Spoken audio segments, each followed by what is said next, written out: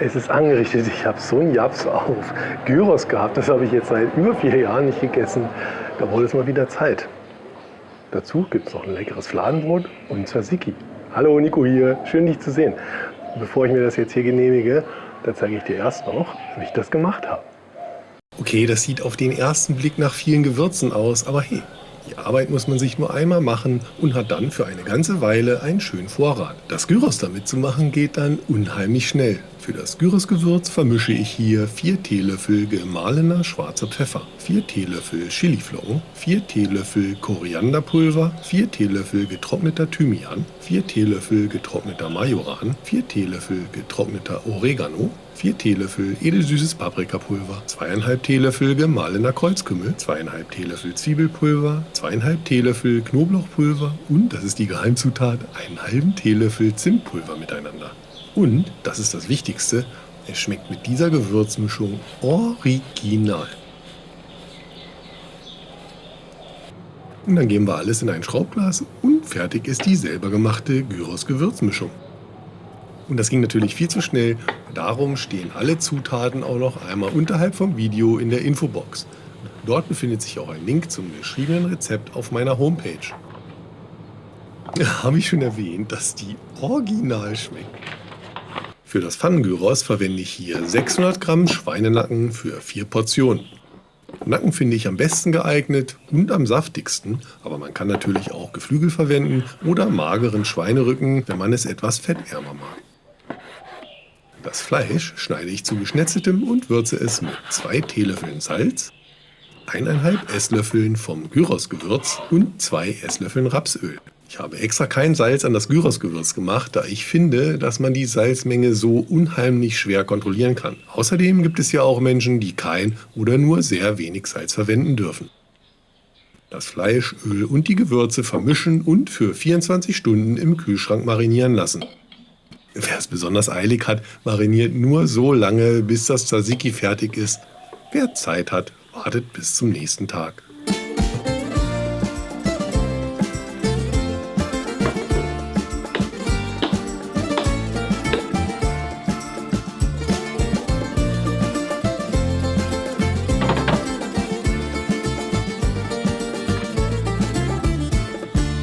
Machen wir ein köstliches Tzatziki. Dafür wasche ich eine große Salatgurke und schäle sie anschließend. Ja, Nico, die Gurke ist jetzt wirklich sauber und außerdem schälst du sie sowieso gleich. Sei so lieb und unterstütze mich, indem du kurz auf den Daumen nach oben drückst, damit YouTube erfährt, dass dir das Video gefällt und hilfreich ist. Sei auch so gut und hilf mir dabei, den Kanal weiter wachsen zu lassen und abonniere meinen Kanal, falls du das noch nicht gemacht hast. Dankeschön. So, genug Eigenwerbung. Weiter geht's mit dem köstlichen Pfannengyros und Tzatziki. Ich reibe die Gurke auf der groben Raspel. Wer das nicht mag, kann die Gurke natürlich auch fein reiben, aber dann bleibt meiner Meinung nach nicht mehr viel davon übrig. Denn als nächstes müssen wir die geraspelte Gurke ordentlich auspressen, um so viel vom Gurkenwasser wie möglich loszuwerden. Wenn man das nicht macht, verwässert uns das Tzatziki zu sehr und wird nicht besonders cremig. Die Gurkenraspel zum Auspressen auf ein Geschirrtuch legen, zusammenfalten, eindrehen und kräftig pressen.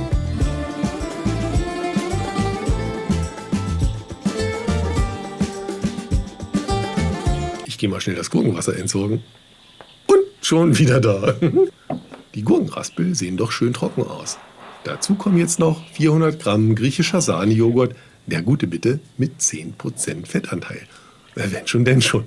Ein Esslöffel gehackter Dill, da kann man auch gerne den eingefrorenen verwenden, den selber eingefrorenen, 3 fein gehackte oder durchgepresste Knoblauchzehen, ein Esslöffel Olivenöl, denn erst das Olivenöl verbindet alle Aromen miteinander, also auf gar keinen Fall darauf verzichten bitte. Dann noch Salz und schwarzer Pfeffer zum Würzen. Ich verwende hier 1,5 Teelöffel Salz und einen halben Teelöffel frisch zerstoßenen Pfeffer. Dann noch alles miteinander verrühren, das Tzatziki abdecken und für 1 Stunde ziehen lassen. Mindestens 1 Stunde. Zum Verrühren vielleicht besser einen Kochlöffel verwenden und nicht wie ich hier einen Schneebesen. Das war keine besonders gute Idee. Ich dachte wohl, das sieht gut aus. Kommen wir zum Pfannengyros. Um das Fleisch zu braten, eignet sich am besten eine schwere Pfanne. Ich verwende hier meine Gusseisenpfanne. Die Pfanne ohne Öl richtig heiß werden lassen, bis sie zu rauchen beginnt. Vielleicht nicht ganz so stark wie meine hier, die sich gleich selber entzündet, aber ich war etwas abgelenkt mit der Kamera und da ist die Pfanne etwas heiß geworden. In jedem Fall ist es wichtig, dass die Pfanne richtig schön heiß ist, bevor das Fleisch hineinkommt, damit es auch gleich richtig gebraten wird und nicht anfängt zu kochen.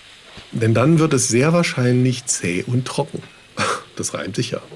Also richtig heiß und schnell braten, dann wird's lecker. Das Fleisch also unter ständigem Rühren braun anbraten und das geht dann auch super schnell. Ich habe nebenbei noch einen Teig für Fladenbrot angesetzt und das ist auch gerade fertig geworden. Was für ein Zufall! Der Link zum Rezept taucht hier gerade in der Ecke auf oder unterhalb vom Video in der Infobox. Und ja, ich weiß, es handelt sich dabei um ein türkisches Fladenbrot, aber hey, das schmeckt einfach nur super lecker mit dem Tzatziki zusammen. Ich nenne das internationale Küche zur Völkerverständigung. Und ich glaube, es gibt momentan nichts Wichtigeres als Völkerverständigung.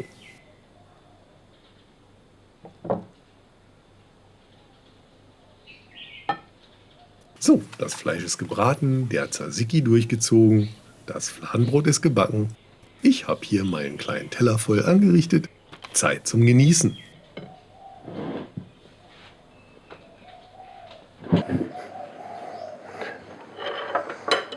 So, jetzt. Der Nico ist fast am Verhungern.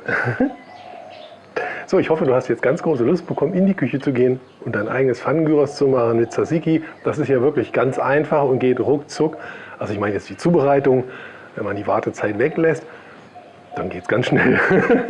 Man kann das natürlich auch machen und kurz marinieren lassen und dann sofort essen. Also das ist kein Problem. Leckerer schmeckt es, wenn man einfach über Nacht wartet und das Fleisch richtig durchziehen lässt. Das gesagt.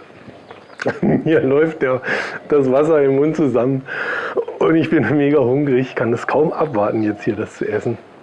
Das gesagt. Ich verabschiede mich für heute. Vielen Dank fürs Einschalten. Vielleicht sehen wir uns ja gleich im nächsten Video wieder. In dem hier oder in dem hier. Zumindest in einem von den beiden, die da gleich erscheinen. Also, tschüss. Bis zum nächsten Mal. Nico ist weg. Hier, Pfannengyros machen gehen. Das ist mega lecker. Jetzt auch. So.